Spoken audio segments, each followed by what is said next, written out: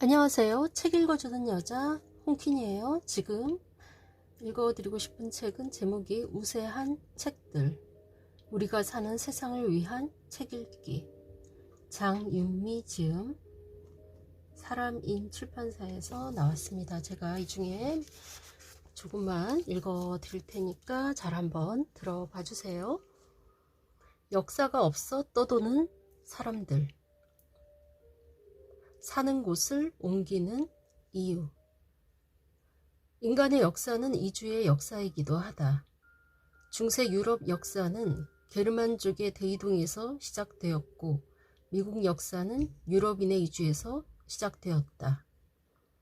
동서양의 문화 교류는 몽골 제국의 징기스칸이 실크로드를 정복한 이후 본격화되었다.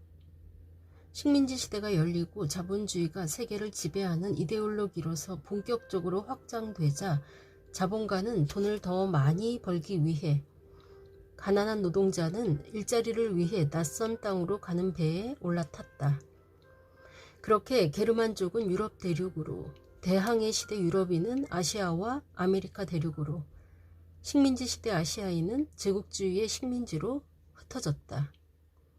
이민자들은 그곳에서 가정을 만들고 자식을 낳으며 새로운 삶을 이어갔다.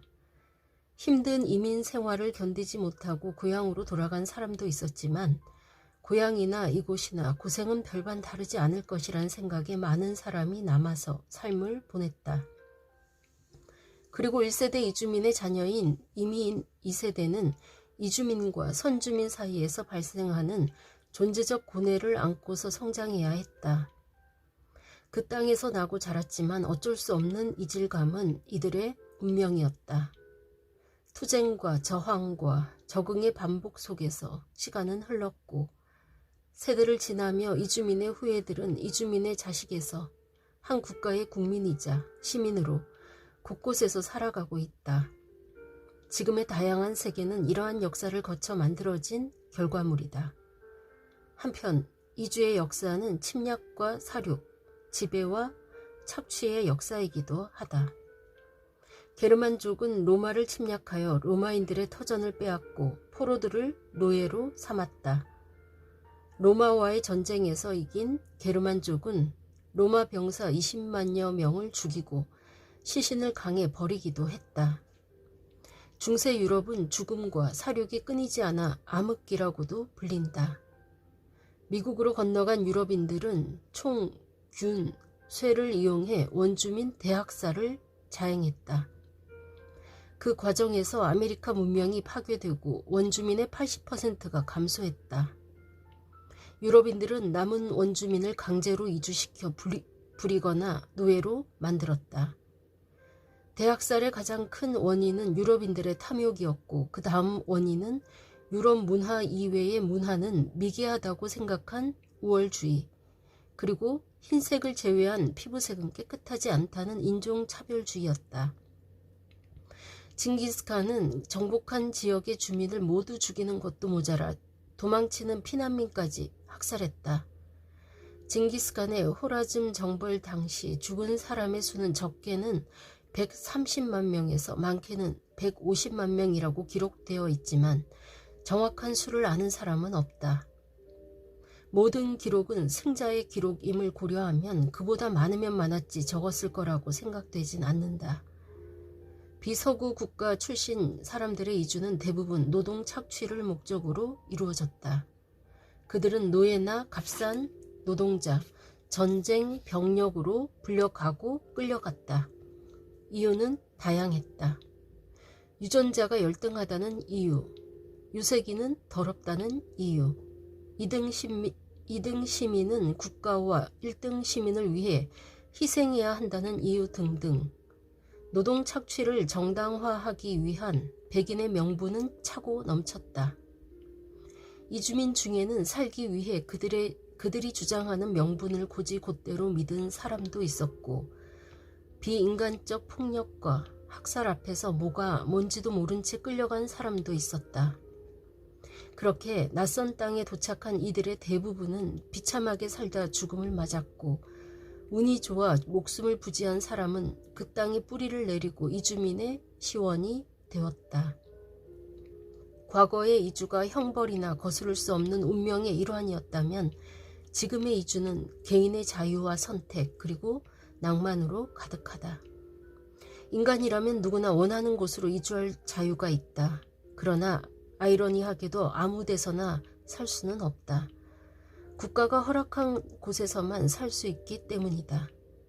주소가 분명하거나 거주지로 인정받은 곳에서만 살 수 있으며 그 외의 이주는 법으로 금지되거나 인정되지 않는다. 만약 국적을 바꾸고 싶다면 내가 살고자 선택한 국가에서 나라는 존재를 허락하고 받아 주어야만 한다. 그렇지 않은데 무작정 떠났다가는 미등록 체류자가 되어 어떤 법적 보호나 신체적 안전도 보장받을 수 없을 것이다. 결국 지금 내가 사는 이곳은 오로지 나의 자유의지로 선택했다고 생각할지 모르지만 엄연하게 따지면 착각이다. 그저 국가와 법이 정해놓은 선택지 안에서 자유롭게 선택했을 뿐이다. 절대적이고 완벽하게 자유로운 선택이란 없다. 선택지가 아무리 많다고 해도 결국 모든 선택은 허용된 조건 아래서 이루어진다. 조건이 공간이나 시간이든 물질적이거나 비물질적이든 간에 말이다. 다만 허용된 조건을 우리가 의식하지 않기 때문에 자유롭다고 착각하는 것뿐이다. 내 선택은 어디까지나 주어진 것, 나를 둘러싸고 있는 바운더리 안에서 이루어진다. 그 바운더리는 내가 속한 공동체, 공동체의 신념과 가치관, 질서, 규칙, 법, 윤리가 얽히고 설켜 만들어낸 경계선이다. 우리는 이 선을 다른 말로 이데올로기라고 한다. 사는 곳을 옮기는 행위는 개인이 선택할 수 있는 문제 같다. 하지만 그 선택을 하게 만드는 것은 나를 둘러싸고 있는 사회, 문화, 경제, 정치적 조건이다. 특히나 태어난 곳이 곧 죽는 곳이라는 세계관 속에서 살았던 사람들의 이주는 결코 쉬운 선택이 아니었다. 목숨을 거는 것과 마찬가지였기 때문이다. 아무런 정보와 준비 없이 떠난 과거의 이주민들은 절망에 가까운 희망을 안고 낯선 땅에서 새 삶을 시작해야 했다. 한 번도 경험해보지 못한 문화에 당황했고 이유 없는 차별에 속수무책으로 당해야 했다. 이들은 언어를 가지지 못했고 백인과 같은 사람임을 주장할 권리를 가지지 못했으며 정당하게 노동하고 세금을 내는 시민임을 인정해 줄 수 있는 정치를 가지지 못했다. 그래서 이방인이라는 낙인을 지우기 위해 자존심 상하지만 현지인을 무작정 따라하거나 그들 문화에 진입하기 위해 자신의 고유함을 버리기도 했다. 혹 이런 선택을 한 사람들을 조국을 버린 사람이라고 비난하려 했다면 그 마음을 잠시 미루길 바란다. 짐작하건대 조국을 버리겠다고 처음부터 작정한 사람은 거의 없었을 것이다. 뼛속까지 조국을 미워하거나 조국으로부터 버림받지 않은 이상 말이다. 다만 낯선 땅에서 어떤 공동체가 나를 가장 안전하게 보호해줄 수 있는지, 어떤 신념이 나를 가장 유리하게 만들어줄 수 있는지 고민하다 보면 경우에 따라서는 그러한 선택도 할 수 있음을 인정할 필요가 있다는 점을 말하고 싶다. 물론 그 선택이 옳고 그름 또는 성공과 실패, 업적과 과오는 역사가 판단할 일이다. 결국 한 사람의 삶을 알아간다는 것은 그를 둘러싸고 있는 사회, 시대, 역사를 알아가는 것과 다름없다. 그 과정은 곧 이 모든 것을 작동시키는 근본적인 힘, 바로 정치를 제대로 읽어내는 일과도 다르지 않다. 삶이 곧 정치인 이유고 정치가 곧 삶인 이유이기도 하다.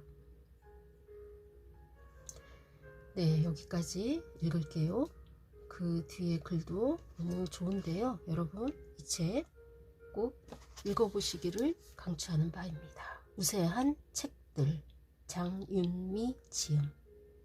지금까지 책 읽어주는 여자 홍퀸이었습니다. 감사합니다.